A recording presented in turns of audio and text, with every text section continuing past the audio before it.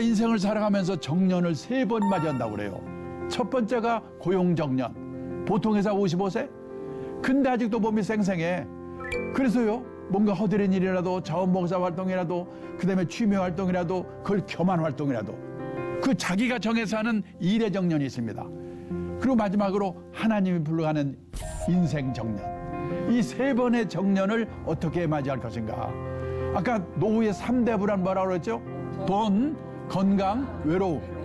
이 노후의 3대 불안, 돈, 건강, 외로움을 해소하는 최선의 방법이 돈이 되는 일이든 사회 공헌 활동이든 취미 활동이든 그걸 겸한 활동이든 소일거리가 있어야 된다. 그래서 여기까지 결론은 뭐냐면 가장 확실한 노후 대비는 재테크가 아니고 평생 현역이다. 돈 있으면 있는 대로, 없으면 없는 대로.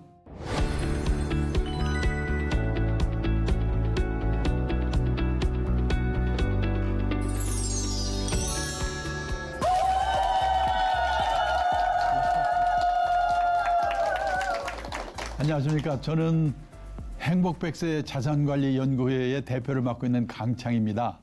이렇게 만나뵙게 돼서 반갑고요. 그 아주 여기서 농담은 되나 모르네. 미인분들만 오셔가지고 정신이 하나도 없습니다. 네. 그런데 요즘 뭐 다들 100살까지 산다고 그러죠? 네. 옛날에는 재수 없으면 100살이라고 하더니 요즘은 재수 없으면 120살이라고 하더라고요. 그런데 이제 퇴직은 보니까 40대 후반의 명태들하고 난리가 됩니다.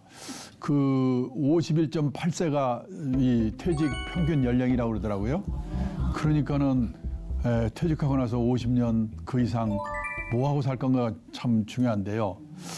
여기 그 방청 오신 분들 나이 들어서 여러 가지 불안한 점이 많죠. 네. 뭐가 불안하세요?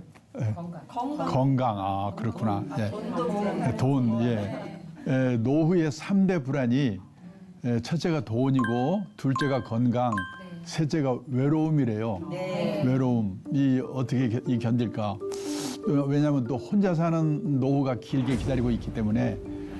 그래서 이제 우리가 이 3대 불안에 대비하기 위해서 현역 시절부터 이 대비를 준비를 해야 됩니다. 그 노후 준비라고 하면은 내가 몇 살인데 벌써 노후 준비입니까? 노후 준비는 노인이 되기 직전에 하는 게 아니고 젊은 시절부터 준비를 해야 돼요. 그 3대 불안, 돈, 건강, 외로움에 대해서 젊은 시절부터 미리미리 대비해야 되는데 그러기 위해서 하나 중요한 게 뭐냐면 내가 갖고 있는 자산 관리를 잘해야 되거든요. 우리 자산하면 뭐가 있습니까? 생각나는 게? 부동산이 젊어서 생각나죠? 그 다음에 돈, 뭐 현금, 그러니까 금융자산이라고 그러죠.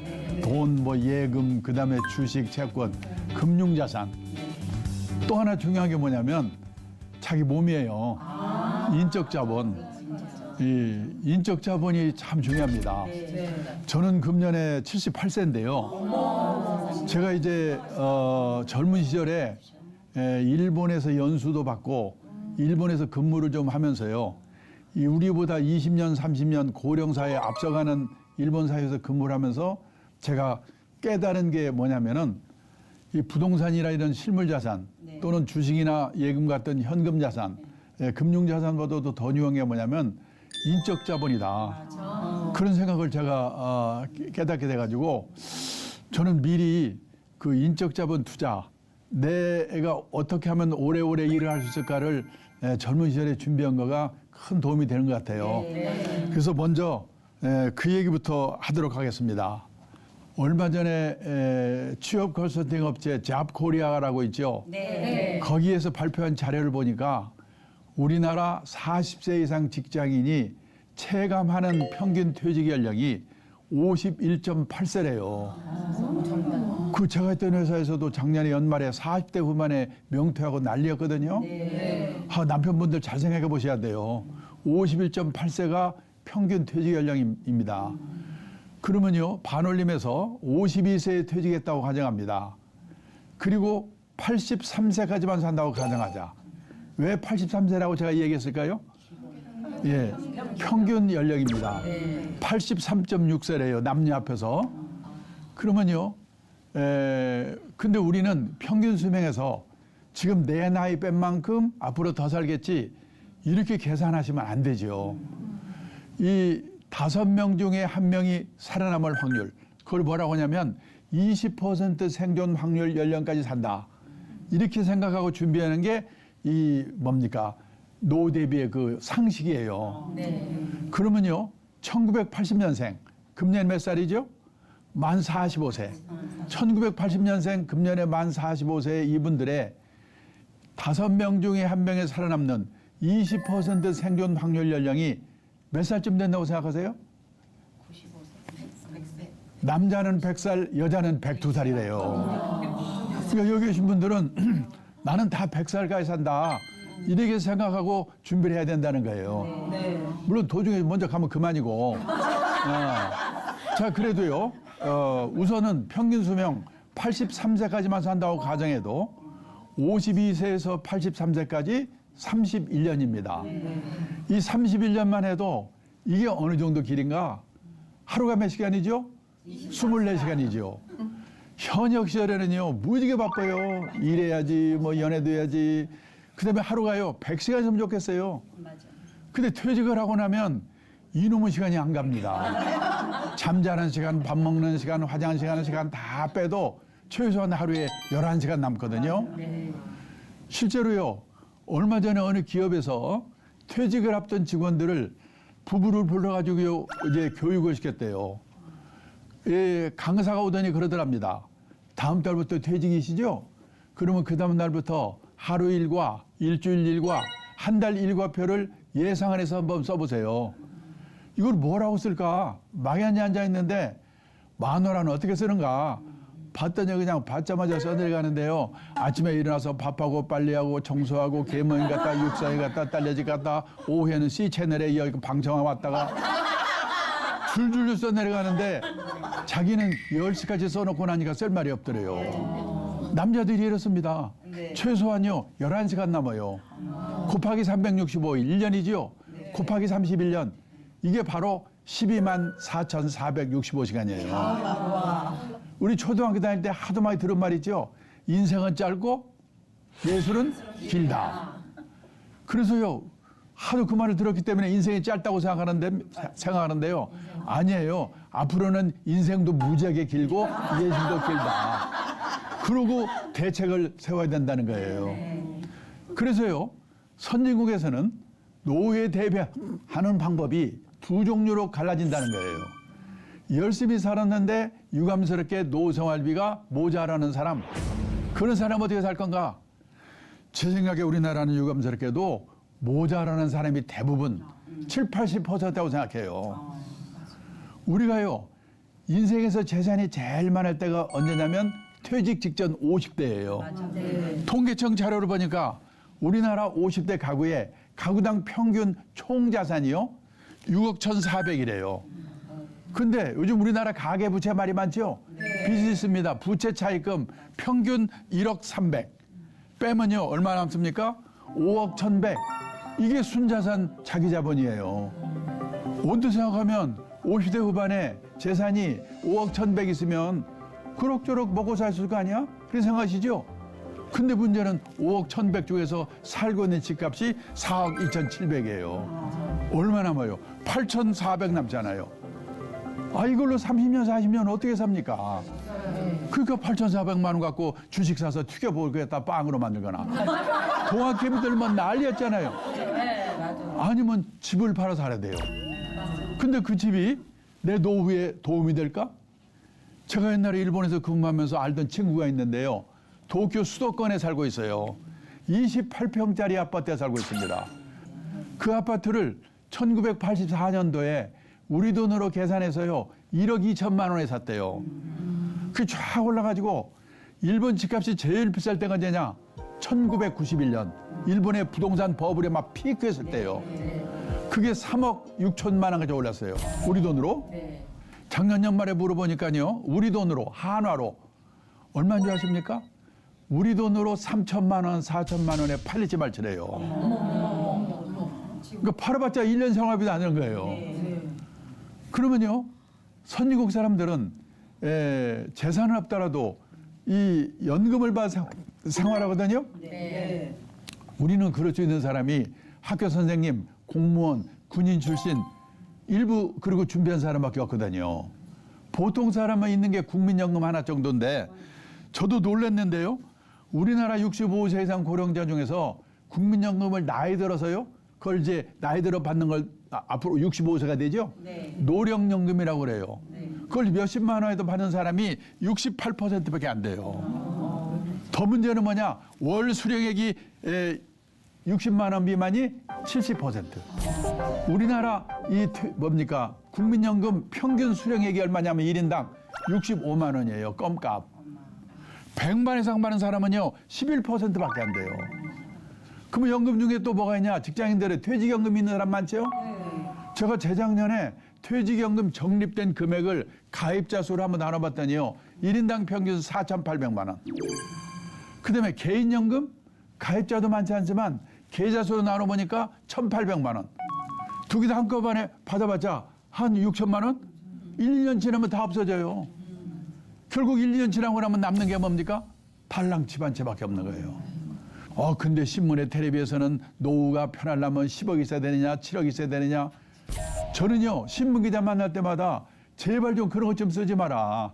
우리나라 대부분이 그렇게 한다는데 그런 기사를 보면 도움이 됩니까? 복통 터지고 초조하지요. 그래서 지금 온갖 사기 사건이 횡행합니다. 부동산 기획 사기, 이 책방에 가보면 재테크 광풍입니다. 2배로 튀기는 법, 3배로 튀기는 법. 2배 튀길 수 있어요? 책 한 권 읽고 2배로 튀길 수 있으면 그 인생이 얼마나 간단하겠습니까? 오직하면요, 일본의 신문기자, 일본의 어느 신문의 신문기자 서울에 와서요, 특파원으로 4년 동안 근무하고 간 신문기자가 있는데 한국 사람들은 돈을 버는 방법, 그 사람을 자산 관리해서 입구 관리라고 표현했어요. 입구 관리에 대해서는 쌍부로 결집이다. 근데 나이가 60이 돼서 번 돈이 모자란다? 그러면 그 사람은 부자 될 확률이 별로 없지요. 그럼 어떻게 되냐? 맞춰 사는 방법을 배워야 되죠.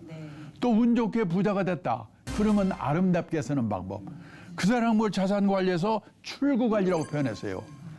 한국 사람들은 입구 관리에 대해서는 무지 결심인데 출구 관리에 대해서는 집에서 가르치냐, 학교에서 가르치냐, 사회에서 가르치냐. 공부가 너무나 안 돼 있다. 이 자식 이러고 가는 거예요. 기분이 얼마나 나쁘겠습니까?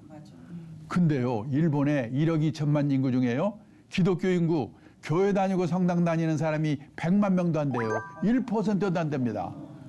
우리나라요, 개신교, 캐톨릭 합치면 20몇 %, 1,몇백 명의 기독교 인구래요. 근데 여기 2000년 전에 기록된 성경에 보면요, 그 유명한 바울 사도가 기록한 거죠. 풍부에 처할 줄도 알고 비천에 처할 줄도 알고 그때그때 주어진 경제 상황에 맞춰 사는 방법을 배워라. 그런데 1,몇백만 명 기독교인들이 이건 읽었는지 안 읽었는지 기독교 인구 1% 안 되는 일본 사람한테 우리가 충고를 드려야 된다. 저는 그게 우리나라의 문제라고 생각합니다. 우리나라 기독교인들이 제일 좋아하는 성경 구절이 밑에 있는 빨간 글자래요. 내게 능력 주시는 이 안에서 내가 모든 걸 살 수 있느니라. 그냥 새벽 기도만 열심히 나가면 만사형통. 근데 이게 가능한 거는 평소에 풍부에 처할 줄도 알고 비천에 처할 줄도 아는 훈련을 미리미리 받아뒀기 때문에 이게 가능한 거죠. 그때 그 친구한테 그 말 듣고요, 어느 교회 목사님이 설교하시는데 이 지금 제가 말씀드린 내용을 듣고 제가 얼마나 그때 영향을 받는지 몰라요. 일본도요, 이 열심히 살았는데 유감스럽게 노후 생활비가 모자라는 사람 거기도 많습니다. 어떡하냐? 할 수 없지. 나는 이제 생활비가 모자라니까 체면불구하고 요 쪽팔린 거 감수하고 허드렛 일이라도 해가지고 한 푼이라도 벌 방법이 없을까? 이 일을 찾지요. 제가 지금부터 50년 전입니다. 1975년인데요. 일본 동경 증권거래소라는 데 가서 연수를 받았어요. 그때 일본의 전체 인구 중에서 노인 비율이 8%였거든요. 지금 우리나라 노인 비율 작년 연말에 20% 넘어가지고 초고령 사회 됐거든요. 50년 전에 일본의 노인 비율이 지금 우리나라 노인 비율의 절반도 안 됐는데요. 지금 생각해 보니까 그때 일본의 노인들은 체면을 버리고 일할 준비가 되어 있었구나. 그때 제가 두 가지 광경을 목격했습니다. 하루는요, 동경증권거래소 지하에 주식이나 채권을 보관하는 창고가 있는데요. 그 앞을 견학하는데 머리가 허연 70은 넘어가던 노인들이 100명 정도 앉아가지고 주식을 세고 있어요. 저 놀래가지고 안내하는 분한테 물어봤거든요. 저분들이 옛날에 뭐 하던 분들입니까? 옛날에는요, 회사 간부도 있고 공무원 출신도 있고 한 자리씩 한 사람들이지요. 얼마씩 받아요? 시간당 500엔, 우리 돈으로 5,000원 정도 받고 일한대요. 끝나고 제 숙소가 비즈니스 호텔인데요. 거기를 가보니까 5시가 되니까 젊은 아가씨들이 퇴근을 하고 할아버지들이 밤땅번으로 교대를 하는 겁니다. 제가 그 두 가지만 가지고 일반화시킬 수는 없지만은 젊은 나이에 그걸 보고요. 나이가 들어서 이 일을 하려면 폼나고 고난 있는 일은 젊은 사람한테 주고 저렇게 허드렛 일을 해야 되는 거구나. 나도 이제 앞으로 오래 살아야 될 텐데 저런 준비하고 살아야 됐구나. 저는 그때 그걸 본 것이 제 인생에 얼마나 도움을 받았는지 모릅니다. 아까 제가 이 자산이 뭐가 있다고 그랬죠? 실물자산, 금융자산, 그다음에 인적자본. 저는 그때 제일 중요한 게 뭐냐? 인적자본. 내 몸값 높이는 노력. 어떻게 하면 늦게까지 일할 수 있을까? 그런 거를 제가 그때부터 미리미리 깨닫고 준비한 게 제 인생에 얼마나 도움이 되는지 모르거든요.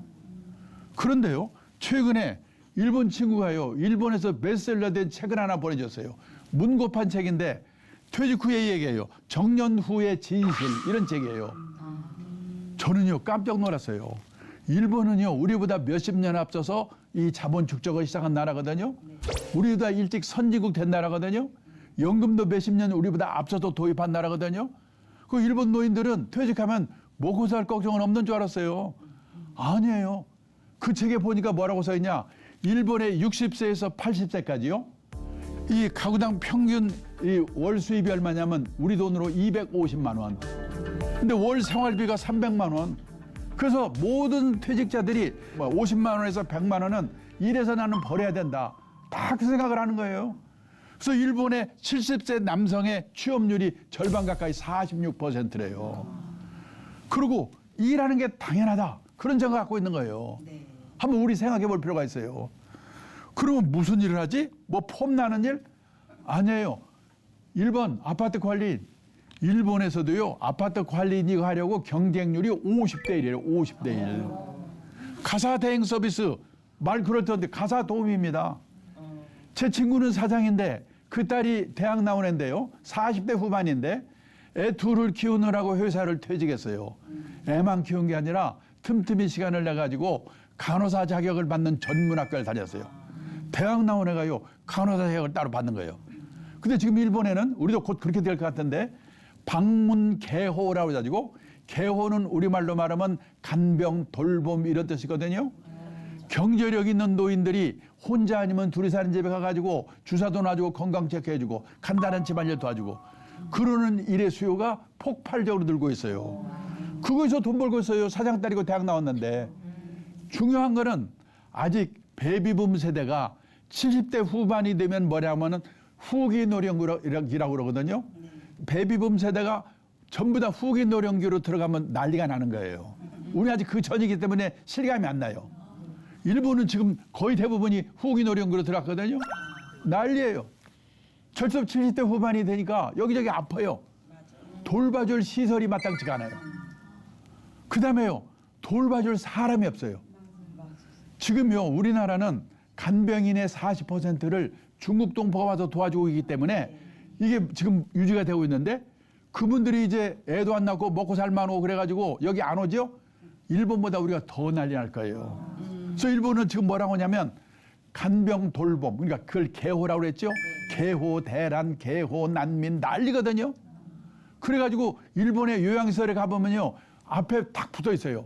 60대, 70대, 심지어 80대까지 건강한 시니어를 환영합니다. 와서 일하세요. 그런 게 다 붙어 있는 거예요. 그런 세상이 되고 있는 거예요. 일본이 부자 나라라고 생각할지 모르지만은. 그리고요, 뭐냐면 그 스팟 아르바이트라고 그래가지고요, 인터넷에 등록을 해요. 그러면 연락이 와요. 내일 오후 3시부터 6시까지 3시간 어디서 뭔 일할 사람 모여라. 딱 등록하고 가면요, 3시간 일 딱 하죠? 그러면 그 자리에서 돈을 딱 주는 거예요. 그 스팟 아르바이트라고 그래요. 얼마나 이게 지금 유행인지요. 이거를 주산하는 회사가 동경증권거래소 상장회사래요. 이런 일도 이렇게 하고 있는 거예요, 지금 그 사람들도. 근데 그동안에 우리나라는 일도 없지만은 하고 싶어도 체면, 남의 눈 때문에 어려웠거든요. 그런데 요 몇 년 전부터 우리나라도요, 무섭게 바뀌고 있어요.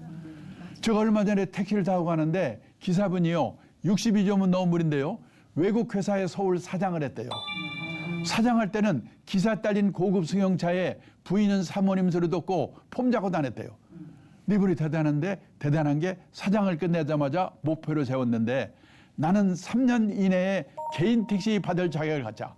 그러려면요, 영업용 택시를 3년 무사고 운전해야 된대요. 그때 그분이 1년 8개월이 됐다고 그러더라고요. 이런 분이 늘고 있어요. 제 옛날에 직장의 후배 한 분은요, 나이가 70이 넘은 여성이거든요. 요즘 가족이 아프면 요양보호사 자격을 따가지고 간병을 하면 돈을 받잖아요. 네. 자기 가족 어머니 뭐 이렇게 어머니를 간병했답니다. 돌아가셨대요. 누가 오더니 너 자격증 있고 성실하니까 다른 분을 좀 도와달라. 90 넘은 할머니를 도와드리고 있는데 마음이 맞아서 그런지 모르지만은 너무나 보람있고 돈도 받고 좋다고요. 옛날 직장 동료 후배 이런 사람들한테 일일이 전화해가지고 빨리 너도 자격증 따서 그 준비하라고 권유를 하고 있어요. 그게 돌고 돌아 제 기회까지 돌았으니까. 지금 우리나라도 그런 세상으로 가고 있거든요. 나는 뭘 가지고 해볼까? 그거를 현역 시절부터 미리미리 생각하고 준비를 하셔야 돼요. 네. 이제 그렇게 살다 보니까 나이가 60이 돼서 먹고 살 걱정을 하게 됐다. 유감스럽게 우리나라는 그런 분이 20, 30%밖에 안 되는 것 같아요. 그러면 그분들은 퇴직도 했고 먹고 살 걱정도 없으니까 그냥 놀고 먹으면 되는가? 아닙니다. 특히 도시에 사는 사람일수록 퇴직하고 소일거리가 없어서 미쳐요. 요즘 서울 시내 인류 호텔에 헬스클럽 한번 가보면은 왕년에 장관, 차관, 사장했던 사람 다 모여 있어요. 거기서 오전 시간 때우고 오후에 커피숍에서. 얼마 전에 정보 고관을 했던 제 친구가 뭐라고 하냐면 자기는 아침에 잠에서 깨면 침대에서 내려오기 전에 오늘은 뭐 할까? 그 생각부터 해놓고 그때 내려온대요. 하루 이틀도 아니고 30년, 40년 그렇게 살아보세요. 환장합니다. 그래서 선진국에서는 퇴직하고 먹고 살 걱정이 없는 사람 뭐 하는가? 취미활동 절반, 봉사활동 절반이면서 약간의 용돈벌이 하는 일. 그런 일들을 다 하고 있다는 거예요. 지금 우리도 그런 세상으로 가고 있거든요. 네. 나는 뭘 가지고 해볼까? 우리가 인생을 살아가면서 정년을 3번 맞이한다고 그래요. 첫 번째가 고용정년. 보통 회사 55세? 근데 아직도 몸이 쌩쌩해. 그래서요, 뭔가 허드렛 일이라도 자원봉사 활동이라도 그다음에 취미 활동이라도 그걸 겸한 활동이라도 그 자기가 정해서 하는 일의 정년이 있습니다. 그리고 마지막으로 하나님이 불러가는 인생 정년. 이 3번의 정년을 어떻게 맞이할 것인가. 아까 노후의 3대 불안 뭐라고 그랬죠? 숙제 했잖아요. 돈, 건강, 외로움. 이 노후의 3대 불안, 돈, 건강, 외로움을 해소하는 최선의 방법이 돈이 되는 일이든 사회 공헌 활동이든 취미 활동이든 그걸 겸한 활동이든 소일거리가 있어야 된다. 네. 그래서 여기까지 결론은 뭐냐면 가장 확실한 노후 대비는 재테크가 아니고 평생 현역이다. 돈 있으면 있는 대로 없으면 없는 대로. 제가 어느 강의에서 이 말을 끝냈더니요. 한 남자분이 벌떡 일어나더니 아니 왜 남자들한테만 이러라고 난립니까? 점심때 시내 음식점에 한번 가보세요. 맛있는 거 여자들이 다 먹고 있고 헬스클럽 한번 가보세요. 땀 뻘뻘 운동하는 여자들인데 왜 남자들한테만 자기 마누라 자기가 얘기해 제가 어떡하라는 거예요. 그래서 여성분들 생각해 보셔야 돼요. 긴 후반 인생이 부부가 화목하기 위해서는 남편분이 돈이 되든 안 되든 소일거리를 갖도록 도와줘야 되거든요. 아까 외국회사 사장했다는 그분이 마지막에 서글픈 얘기를 하더라고요. 제가 그런 일 하니까 주위 사람들이 너 참 대단하다. 칭송이 자자한데 정작 자기 부인, 자기 딸이 동네 창피가 그런 건다고. 자기 인생을 헛살았다고 서글프다고 하더라고요. 가족이 도와주지 않고는 어렵거든요. 또 남자분들은요, 고생하다가 꼴 보기 싫은 사람 참아가면서 일하다가 퇴직하고 집에 갔더니 요즘 온갖 조롱거리의 대상이 되고 있잖아요. 무슨 시기? 삼시기가 떴고 영시기가 떴고. 그런 말 들으면 뿔따고 나죠. 우울증 걸립니다. 근데 그것도 생각을 하나만 바꾸면 되는 게 뭐냐면 다들 내 마누라만 나한테 야속한 것 같죠? 내 마누라만 그런 게 아니라 대한민국 마누라가 다 똑같다. 대한민국 마누라만 그런 게 아니라 세계 마누라가 다 똑같다. 그러면 대책을 내가 세워야 돼요. 그 증거를 하나 보여드리겠습니다. 일본의 오가와 유리라고요. 은퇴 전문가가 있는데 한 달에 한 번씩 에세이 글을 보내오는데요. 얼마 전에 보내온 에세이의 제목이 뭐냐? 일본에서 은퇴 남편 인기 1번. 어떤 남자가 퇴직하고도 인기가 짱인가? 요리 잘하는 남편? 건강한 남편? 싹싹한 남편? 집안일 잘 도와주는 남편? 그 안에 답이 없어요. 낮에는 집에 없는 남편이래요. 다 똑같대요. 지금요, 우리나라는 약과예요. 많은 사람들이 요리는 중국 요리가 최고고 마누라는 싹싹한 일본 마누라가 최고라고 침 흘리는데요. 천만의 말씀입니다. 지금 일본의 가정주부들이요. 남편이 퇴직하고 집에 있으니까 남편 재택 스트레스 증후군이라는 게 생겼어요. 증세가 뭐냐? 우울증, 고혈압, 천식, 공황장애, 암공포증, 십이지향 궤양, 키친 드링크. 키친 드링크 뭔지 아세요? 주방에서 술 홀짝홀짝 마시는 거. 우리는 여기까지는 안 갔잖아요. 그러면 왜 우리나라와 일본의 부인들은 남편이 퇴직하고 집에 있으면 이렇게 부인들이 스트레스를 받냐? 우리나라와 일본은요. 남편이 현역으로 있는 동안은 남편의 세계와 아내의 세계가 분단된 세계에 살고 있는 거예요. 따로따로 30년, 40년 놀다가 만나니까 이게 헷갈리는 거예요. 미국은 커플 문화, 젊을 때부터 커플로 움직이거든요. 출장 갈 때도 같이 가든지 허락받고 가든지 저녁에 술 먹고 늦게 들어가면 뭐 이혼이고. 근데 우리나 일본은 따로따로 놀다가 만나니까 이렇게 헷갈리는 거예요. 그래서요, 잘 들으세요. 일본의 가정주부들은 전업주부인데도 40대 후반이 되면요. 애들 교육 손에서 다 떼거든요. 거의 대부분의 부인들, 주부들이 아르바이트를 해요. 뭔가. 그리고 남편은 남편대로. 그래서 낮 시간 동안은 자기만의 시간을 갖기 때문에 그 부부 갈등이 해소가 되는 거예요. 우리가 남 얘기할 게 아니에요. 뭐냐면요. 우리가 노후에 은퇴하고 나서 퇴직하고 나서 빈곤에 빠지는 파산에 빠지는 리스크가 5가지가 있거든요. 첫째가 뭐냐면 준비 없이 은퇴 창업했다가 실패한 리스크. 요즘 자영업 어렵잖아요. 그다음에 금융사기 당하는 리스크. 요즘 그냥 인터넷에 금융사기꾼이 더글더글해요. 여기 그냥 깜빡하면 걸려요. 그다음에 중대질병 걸려서 돈 부부는 건강 리스크. 그다음에요. 네 번째가 성인 자녀 리스크. 지금요. 성인이 돼가지고도 생활비를 부모한테 의존하는 캥거루가 우리나라에 313만 명이래요. 그러면 그 애, 또 부모의 노후가 어떻게 되겠어요? 그리고 또 하나 뭐냐면 황혼년 리스크예요. 황혼년 하게 되면 기본적으로 재산을 반으로 나누게 되거든요. 잘못하면 파산하는 거예요. 예. 근데 지금 우리나라에 황혼년이 늘고 있는데요. 우선요. 이혼 건수가 1970년대만 해도 연평균 15,000건 정도였어요. 근데요. 2023년에는 92,000건. 옛날에 우리 어머니 세대들은 결혼해서 실망을 하면요. 팔자라고 생각하고 희망을 버렸거든요. 근데 요즘 젊은 여성들은 결혼해서 실망을 하면 뭘 버릴까요? 남편. 잘하네.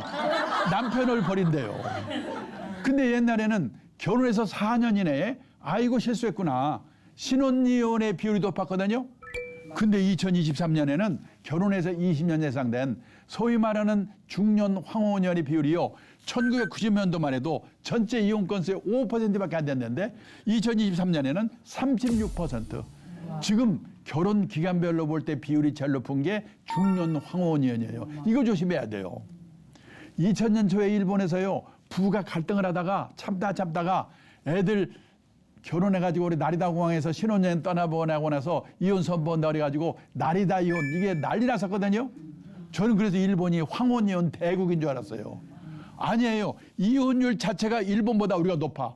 우리가 아시아에서 이혼율이 1등이에요. 그 일본은 그날이 쳤는데 작년 통계를 보니까 일본 전체 이혼 건수의 중년 황혼이혼의 비율이 21%였던 거가 23%로 그거 늘어났다고 신문에 대문짝만 났더라고요.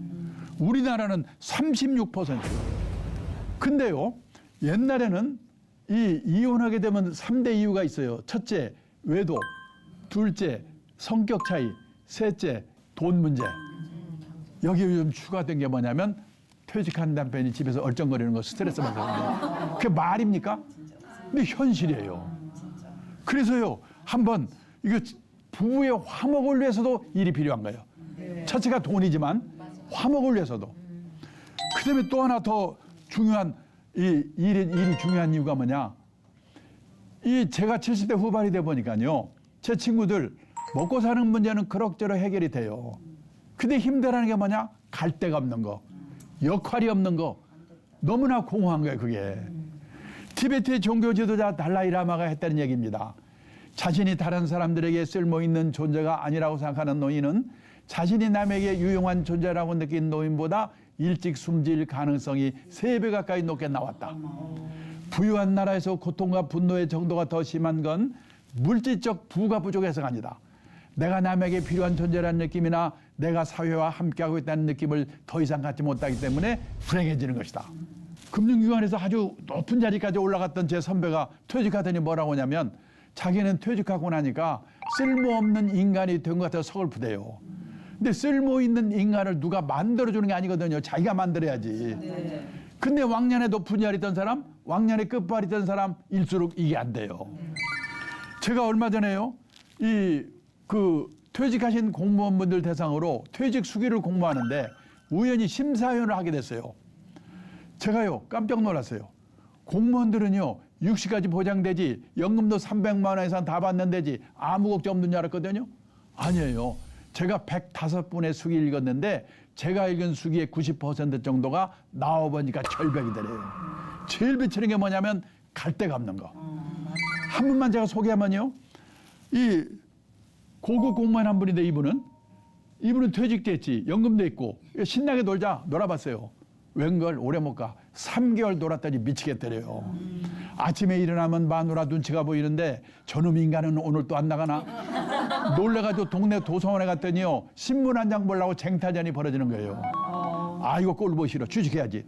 그래서 원서를 여기저기 돌렸는데 준비가 안 돼가지고 면접 보러 오라는 데도 없어요. 근데 어느 날 한 군데서 면접 보러 오라고 연락이 왔더래요. 요즘 많이 생기고 있습니다. 주간노인 보호센터. 요즘요, 일본도 그랬죠?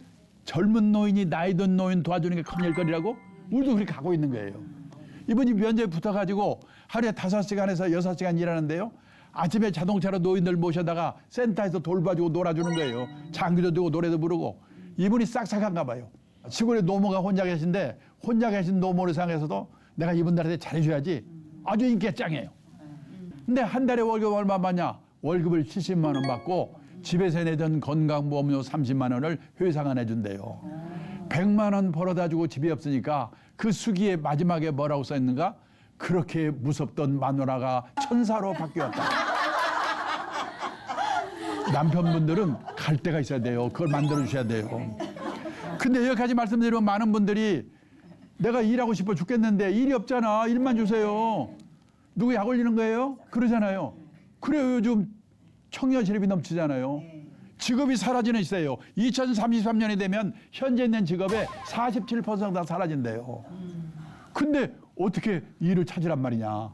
그래서요, 퇴직하고 나서 일을 한다는 거는 젊은 사람들이 할 수 없는 일이거나 할 수 있다고 하더라도 하려고 하지 않는 일을 할 수밖에 없다. 가능하면 젊은 사람들이 할 수 없는 일을 하는 게 좋아요. 그러기 위해서는요, 이 현역 시절부터 뭔가 자기가 하는 일을 잘 열심히 하면서 나이 들어서도 할 수 있는 일을 어떻게 하면 좋을까? 그걸 미리미리 생각해보고 미래의 직업하고 연결시켜서 지금 4차 산업혁명으로 일이 사라진다고 그러죠? 그러지만요, 결국은 사람이에요. 근데 다만 안전하게 보장이 되어 있는 게 아니에요. 어떤 일이 사라지면요, 새로운 일이 생기니까 그 일을 찾을 수 있어야 돼요. 그래서 애들 과육공부 시켜가지고 맨날 달달달 외우는 게 아니라 생각하는 능력을 갖도록 애들을 교육을 시켜야 되는 거예요. 내가 갖고 있는 능력을 여기서 써먹다가 이 회사 없어지면 딴 데가 써먹을 수 있어야 되니까. 예. 그래서요, 수많은 일자리가 사라지고 생겨나요. 우리나라 직업의 수가 이게 2020년만 해도 17,000개 정도였는데 그때 일본은 25,000개, 미국은 36,000개. 생각지도 않은 일들이 요즘 많이 생겨요. 아이패드 화가, 반려동물 장의사, 인터넷 장의사. 저는 인터넷 장의사가 뭔가 했더니 과거 흔적 지워주는 거래요. 정리 컨설턴트. 52년 전에 이 업계에 들어올 때 52년 후에 노후 설계 강의 꿈에도 생각 안 했어요. 왜 이거 하게 됐냐? 그 펀드를 운영하는 자산운용사의 대표를 하고 있는데 그걸 하면서 보니까요. 우리나라 20대 남성이 주식 투자를 하는데요. 1년에 68번을 사탁팔딱 그런대요. 성공하겠어요? 그때 그래서 뭐냐? 아, 자산운용업이 성공을 하기 위해서는 운용만 잘해서 되는 게 아니라 투자자들이 단기 시황에 쫓겨서 사탁팔았다 이렇게 하지 않도록 장기 분산 투자를 하도록 설득하는 게 중요하구나. 그러고 나서 제가 외국에 제 나이 또래 된 친구들을 보니까 투자 교육이라는 거 하더라고요. 그래서 제가 그 일을 시작했어요. 그거 하다 보니까 베이비붐 세대가 은퇴가 시작이 돼가지고 저한테 노후에 대해서 질문하는 거예요. 할 수 없이 대답해야 되니까 공부를 해야 되죠. 그래서 노후 설계를 하게 됐어요. 근데 제가 있던 회사가 외국회사에 팔려버렸어요. 졸지 사장에서 밀려나가지고 뭘 하지? 제가 어디 가서 또 사장 자리 하나 구해봤자 한 2년 있다 또 잘리겠지. 차라리 이 투자 교육, 노후 설계 교육 이걸 내 라이프워크를 하면 어떨까? 그래서 어느 금융회사에다가 제가 제안을 했어요. 당신네 그룹에서 투자 교육 연구소를 만들면 이런 좋은 점이 있을 거다. 그래서 거기 가서 9년 동안 일했어요. 그래가지고 65세가 돼가지고 민망해가지고 이 1인 연구소를 만들어서 또 한 1년 반쯤 하는데 다른 회사에서 거기가 했던 거 똑같이 우리한테 와서 하자고 그래서 거기서 또 8년 했어요. 그래서 또 제가 몇 년 전에 다시 나와가지고 또 1인 연구소 만들어서 지금 하고 있고. 이 일이라는 게 그렇게 생각하고 하셔야 돼요. 그 다음에요. 자기 주특기를 살려야 돼요. 높은 자리에 올라가는 게 중요한 게 아니에요. 아, 세금 문제는 저 사람이 도사야. 그 다음에 뭐 이런 문제는 저 사람이 도사야. 그런 이 브랜드가 생겨야 돼요. 브랜드가. 그래서 저도 하루에 신문을 6개를 매 가위줄로 스크랩을 하고 있어요. 그런 노력을 해야 돼요. 그리고 어디서 나한테 100만 원을 줬다. 왜 100만 원을 주지? 돈값을 해야 돼요. 그런 노력을 해야 돼요. 그리고요. 돈이 아쉬워서 일을 했는데 취미가 될 수가 있어요. 취미를 했는데 돈이 생길 수도 있어요. 근데요. 돈도 생기고 취미도 맞고 남보기도 폼나고 쉽지가 않죠. 그래서 학교 다닐 때는 선생님 말씀 잘 들어야 되고 회사 다닐 때는 회사의 방침을 잘 따라야 되는데 후반 인생은 남의 눈을 의식하지 않고 우리가 남의 눈 때문에 미치는 거거든요. 내가 가고자 하는 방향이 옳은 방향이라는 소신이 필요하다. 그래서 후반 인생은 자기 만족을 추구하는 시기다. 이런 마음가짐으로 일을 해야 된다는 거예요. 그 다음에요. 우리가 똑같은 부모의 마음가짐을 자식들한테도 갖게 해줘야 돼요. 뭐냐면 지금 우리가 과소비 그러는데요. 중남미, 이태리 이런 나라 비교하면요. 우리나라에서는 근검 전략하는 나라도 없어요. 근데 자식한테 들어가는 돈은 세계에서 1등이에요. 재작년에 미국 CNN 방송에서 주요국의 애들 0세에서 18세까지 자녀 양육비로 들어가는 돈의 합계를 국민소득 GDP 합계로 나눠봤더니 비율이 1등인 나라가 한국, 2등이 중국, 3등이 이태리. 우리가 세계에서 돈을 가장 많이 퍼붓고 있는 거예요. 그런데 아까 말씀드렸죠? 캥거루가 313만 명이라고? 그리고요, 작년 6월 말 현재로 2030 애들 중에서 그냥 쉬는 애들, 쉬면 쉬었지, 그냥 쉬는 게 뭐지? 일도 없고 찾아볼 생각도 안 하는 애들이 68만 명이래요. 이게 지금 우리나라의 문제예요. 자, 근데 돈은 얼마나 쓰냐? 과외비, 결혼 비용. 우리나라는요, 결혼 비용이 신랑 신부 합쳐서 3억 6천만 원을 쓰거든요. 일본은요, 4,800만 원이요, 우리 돈으로. 뭔 돈이냐? 집 얻어주는 돈, 집 사주는데 보험 보태주는 돈 때문에 그런 거거든요. 그렇게 돈을 들이고 있는데 문제는 애들이 취직이 안 돼요. 지금 우리나라의 대졸 취업률이 70%인데요. 군대 간 애들, 대학원 애들 빼면 60%밖에 안 돼요. 지금은 신규 채용이 별로 없어요. 놀랬는데요. 2019년에 벌써 전체 채용 건수의 정기 공채가요 50%밖에 안 돼요. 또 5년 만에 또 반으로 줄었어요. 없어요. 그 지금 같은 때는 어떻게 되냐? 중소기업 같은 데 들어가 가지고 몇 번 이직하면서 좋은 회사로 옮겨가야 돼요. 옮겨갈 때 거기서 날 뭘 뽑는가? 학벌, 스펙 아니에요. 이 친구가 우리가 시키려고 하는 일을 잘하는가 못하는가? 전문성을 보는 거예요. 그다음에 평판, 한마디로 인간성이 돼 있는가? 거기서 걸리면 끝이에요. 요즘 대기업 인사 담당자들이 자기들끼리 모여서 그런데요. 속지 말자 학벌, 다시 보자 스펙. 얼마나 속았으면요. 그래서요. 우리도 우리 애들도 이 시대에 맞는 제대로 된 직업관을 갖는 거. 이 경상남도 거창고등학교 유명하잖아요. 강당에 있는 직업선대 시계명인데 1번 월급 많이 준 내가 하지 마라. 이제 월급은 회사가 주고 나라가 주는 게 아니라 내가 남다른 주특기가 있어가지고 적은 금액이라도 회사를 옮겨서라도 오래오래 다녀야 돼요. 100세 시대에는. 남들이 몰려가는데 절대 가지 마라. 재벌그룹 입사 경쟁률 300대 1, 400대 1 그날인데 40대 후반에 명퇴하고 난리잖아요. 가장 마지막. 부모와 마누라와 약혼자가 결사 반대한 데는 무조건 가라. 거기만 틀림없다. 근데 제가 52년 직장생활을 해보니까 이 말이 맞아요. 부모 자식이 소실이 있어야 돼요. 그리고요. 우리가 중산층이 되려고 애를 쓰는데 중산층이라는 게 뭔가? 우리나라의 중산층 기준 다 남의 눈에 보이는 거. 아파트 30평 이상. 아파트의 평수가 신분의 상징이죠. 지금 미국, 일본 선진국에서는 작은 집 갖기 운동, 스몰 하우스 운동이 벌어지고 있어요. 자동차 20시 이상, 신분의 상징이죠. 선진국에서는 갑자기 큰 차 타면 둘 중에 하나, 깡패 아니면 졸부래요. 미국의 중산층 기준, 그 사람이 내면으로 성숙된 사람인가, 자신의 주장에 떳떳할 것, 회어 플레이를 할 것, 사회적 약자를 도울 것, 부정과 불법에 저항하는 용기가 있을 것, 그리고 정기적으로 비평자랑 저도 받아볼 것. 이 기준에 의하면 우리나라의 중산층이 몇 명이나 있겠는가. 그래서 뭐냐, 우리도 우리 애들도 이 시대에 맞는 제대로 된 자립교육을 시키는 거예요. 자립에는 세 가지가 있어요. 첫째, 행위의 자립. 내가 머물렀던 자리 쓰레기 누가 와서 치우기면 안 되잖아요. 네. 요즘도 목욕탕에 가보면 바닥에 수건이 널브러져 있어요. 어떤 사람이 자기가 치울 걸 안 치워서 그런 거예요. 회사에서도 누가 뭔 일 하면 못 믿어. 그런 사람이 있어요. 누가 와서 봐줘야 돼. 그의 노후는, 그의 부모의 노후는 어떻게 될 건가. 그 다음에 의식의 자립. 우리나라처럼 남의 눈 때문에 미치는 나라가 없거든요. 저는 미국에서 살아보지 못했는데 미국 온 사람이 그러더라고요. 거기는 학교로 졸업해도 넓은 천지에 흩어져 버리기 때문에 친한 친구 몇 명 빼고는 누가 어디서 뭐 하는지도 모른대요. 우리는 동창회 향후에 동네 모임, 개 모임 모여가지고 걔는 공부도 못하는 게 얼굴 좀 이뻐서 시집을 잘 갔는지 뭐 사고 뭐 샀다고 산적으로 누군 어떠고 우리나라처럼 남의 눈 때문에 미치는 나라가 없잖아요. 그 다음에요, 경제적 자립. 경제적으로 자립해야 남한테 부모한테 폐를 안 끼치죠. 근데 다들 경제적 자립이란 뭐냐? 돈 버는 능력, 재테크 이것만 생각하거든요. 아니에요. 밑에서 세 번째 줄, 진정한 경제적 자립이란 주어진 경제적 상황에 자기 자신을 맞춰놓는 능력을 기르는 것이다. 절약이에요. 그래서 우리 애들 어떻게 자립교육을 시켜야 될 건가? 우리는 어떻게 해야 될 건가? 이런 생각을 하시기를 부탁드리면서 이번 강의는 끝내겠습니다. 감사합니다.